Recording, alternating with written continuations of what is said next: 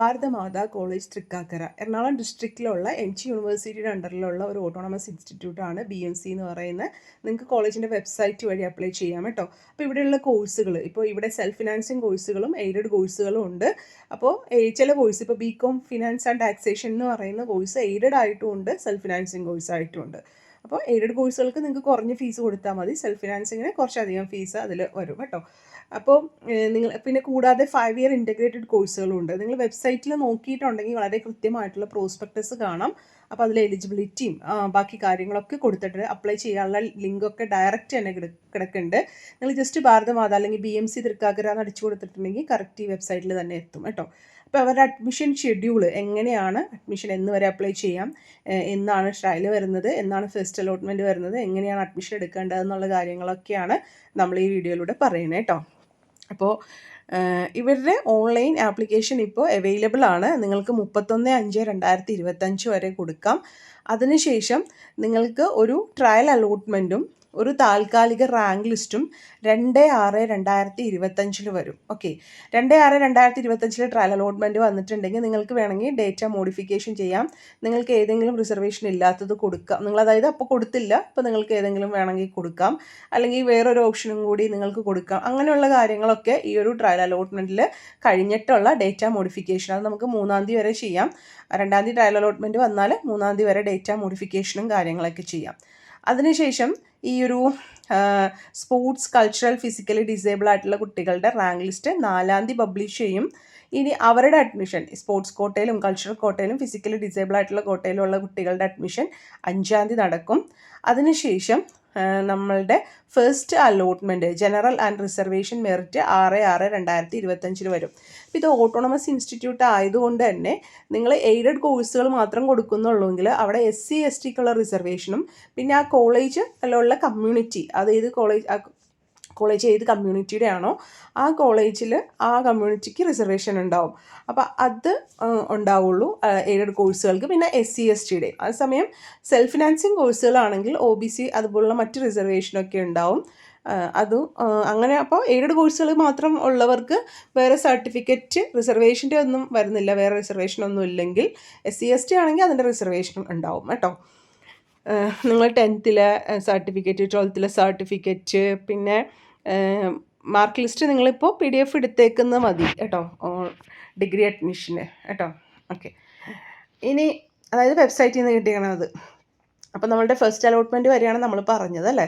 First allotment എന്ന് വരും, 6-ാം തീയതി വരും. എന്നിട്ട് ഫസ്റ്റ് അലോട്ട്മെൻറ്റ് കിട്ടിയേക്കണ കുട്ടികൾക്ക് 10-ാം തീയതി മുതൽ 12-ാം തീയതി വരെ പോയി അഡ്മിഷൻ എടുക്കണം. ഓക്കെ, ഇനി കമ്മ്യൂണിറ്റി, ഇവിടെ ഈ ഒരു കമ്മ്യൂണിറ്റിക്ക് റിസർവേഷനുണ്ട്. അപ്പോൾ ആ ഒരു കമ്മ്യൂണിറ്റിയുടെ മെറിറ്റ് റാങ്ക് ലിസ്റ്റ് 11/6/2025 പബ്ലിഷ് ചെയ്യണത്. അത് നിങ്ങൾ അപ്ലൈ ചെയ്യുമ്പോൾ തന്നെ കമ്മ്യൂണിറ്റി എന്നുള്ള ക്വസ്റ്റ്യൻ ഉണ്ടാവും. അങ്ങനെയുള്ളവർക്ക് അത് കൊടുക്കാം കേട്ടോ. അവർക്ക് ആ ഒരു പ്രീസ്റ്റി എന്നുള്ള, പാരിഷ് പ്രീസ്റ്റി എന്നുള്ള ലെറ്ററോ അല്ല അങ്ങനെ എന്തോ ഒരു സർട്ടിഫിക്കറ്റ് വേണം. അതുണ്ടെങ്കിലാണ് അഡ്മിഷൻ കിട്ടുള്ളൂ കേട്ടോ.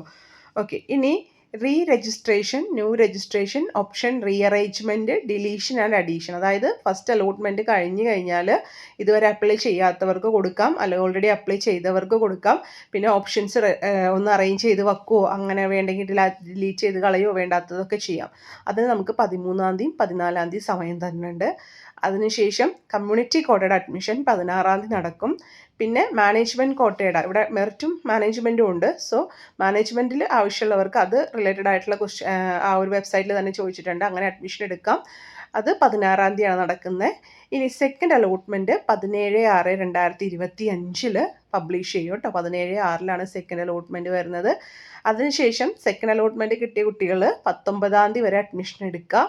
ഇനി വേക്കൻ്റ് ആയേക്കുന്ന SC ST സീറ്റുകൾക്കായിട്ട് സ്പെഷ്യൽ റിസർവേഷൻ 20/6 ഉണ്ട്. രണ്ടാമത്തത് പിന്നെ 20 മുതൽ 22 വരെ അവരുടെ ആ ഒരു SC STയുടെ അലോട്ട്മെൻറ്റും കാര്യങ്ങളൊക്കെയാണ്. വീണ്ടും special allotment vacancy seat SC STയുടെ നടക്കുന്നുണ്ട് 23, 24. അപ്പോൾ 20-ാം തീയതി മുതൽ 25-ാം തീയതി വരെ. ഓക്കെ, അങ്ങനെ കുറച്ച് കാര്യങ്ങൾ നടക്കുന്നുണ്ട്. ശരിക്കും പറഞ്ഞാൽ 25 കഴിഞ്ഞ് നടക്കുന്നുണ്ട് കേട്ടോ. 26 SC STയുടെ സ്പെഷ്യൽ റിസർവേഷൻസ് സീറ്റുകൾ വേക്കൻസി അനുസരിച്ചിട്ട് 1ഉം 2ഉം കാര്യങ്ങളൊക്കെ നടക്കുന്നുണ്ട്. അതിനുശേഷം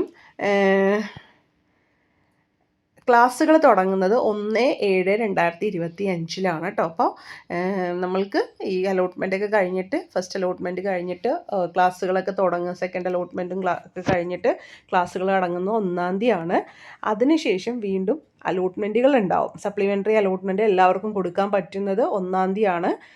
ഓൺലൈൻ രജിസ്ട്രേഷൻ തുടങ്ങുന്നത് 2-ാം തീയതി വരെ നിങ്ങൾക്ക് ചെയ്യാം. അതിനുശേഷം ആ കൊടുത്തേക്കുന്ന കുട്ടികളിൽ നിന്ന്, അപ്പോൾ ഓൾറെഡി അവിടെ കിട്ടാത്തവർക്കൊക്കെ വീണ്ടും അപ്ലൈ ചെയ്യാം, കിട്ടിയവർക്ക് കൊടുക്കാം, ഇതുവരെ കൊടുക്കാത്തവർക്കൊക്കെ സപ്ലിമെൻ്ററിയിൽ കൊടുക്കാൻ പറ്റും. അങ്ങനെ സപ്ലിമെൻ്ററി അലോട്ട്മെൻറ്റ് 1ഉം 2ഉം നടത്തുന്നുണ്ട്. അത് ഏകദേശം ഒരു 8-ാം തീയതി വരെയും, നമുക്ക് 1-ാം തീയതി മുതൽ 8-ാം തീയതി വരെയും സപ്ലിമെൻ്ററി അലോട്ട്മെൻറ്റ് 1, 2 എന്നുള്ള രീതിയിൽ നടത്തുന്നുണ്ട്. ഓക്കെ, അതിനുശേഷം സ്പോട്ട് അലോട്ട്മെൻറ്റ് നടത്തുന്നത് 8-ാം തീയതിയാണ് സ്പോട്ട് അലോട്ട്മെൻറ്റ് നടത്തുന്നത്. പിന്നെ അഡ്മിഷൻ ക്ലോസ് ചെയ്യുന്ന ഡേറ്റ് നിലവിൽ 22/8/2025 വരെ അഡ്മിഷൻ ക്ലോസ് ചെയ്യും കേട്ടോ. പിന്നെ എന്തെങ്കിലും ഈ ഒരു അഡ്മിഷൻ ഷെഡ്യൂളിലൊക്കെ എന്തെങ്കിലും വ്യത്യാസം ഉണ്ടെങ്കിൽ അത് വെബ്സൈറ്റിൽ തന്നെ പബ്ലിഷ് ചെയ്യും. അല്ലെങ്കിൽ യൂണിവേഴ്സിറ്റിയുടെ തീരുമാനങ്ങളനുസരിച്ച് ചിലപ്പോൾ ചേഞ്ചുകൾ എന്തെങ്കിലും ഡേറ്റുകളിൽ വന്നേക്കാം. പിന്നെ ഇതിൽ പറയാനുള്ളത്, നിങ്ങളിപ്പോൾ MG യൂണിവേഴ്സിറ്റിയിൽ അപ്ലൈ ചെയ്തു, എത്ര വേണമെങ്കിലും ഓട്ടോണമസ് ഇൻസ്റ്റിറ്റ്യൂട്ടുകളിൽ അപ്ലൈ ചെയ്യാമെന്ന് പറഞ്ഞു. MG യൂണിവേഴ്സിറ്റിയിൽ കിട്ടിയിട്ടുണ്ടെങ്കിൽ നിങ്ങൾക്ക് ഓട്ടോണമസ് കിട്ടിയേക്കണ ചാൻസ് പോവുമൊന്നുമില്ല, നിങ്ങൾക്ക് എവിടെയെങ്കിലും അഡ്മിഷൻ എടുക്കാൻ പറ്റുള്ളൂ എന്നുള്ളൂ. പക്ഷേ ഓട്ടോണമസ് ഇൻസ്റ്റിറ്റ്യൂട്ടുകളിൽ ചെല്ലുമ്പോൾ അവർ ക്യാപ് ID ഒക്കെ ചോദിക്കുമ്പോൾ നിങ്ങൾക്ക് MG യൂണിവേഴ്സിറ്റിയിൽ ഇനിയും പാർട്ടിസിപ്പേറ്റ് ചെയ്യാൻ ആഗ്രഹം ഉണ്ടെങ്കിൽ അത് ക്യാൻസൽ ചെയ്യരുതെന്ന് പറയണം. ചില കോളേജസ്സുകാർ നിങ്ങളുടെ ക്യാപ് ID ഒക്കെ ചോദിച്ചിട്ട്, അതായത് MGU ക്യാപ് ID ഒക്കെ ചോദിച്ചിട്ട് അത് ക്യാൻസൽ ചെയ്യാനുള്ള സാധ്യതയുണ്ട്. അപ്പോൾ അതൊക്കെ ഒന്ന് ശ്രദ്ധിക്കുക കേട്ടോ. Take care, stay blessed. Thank you.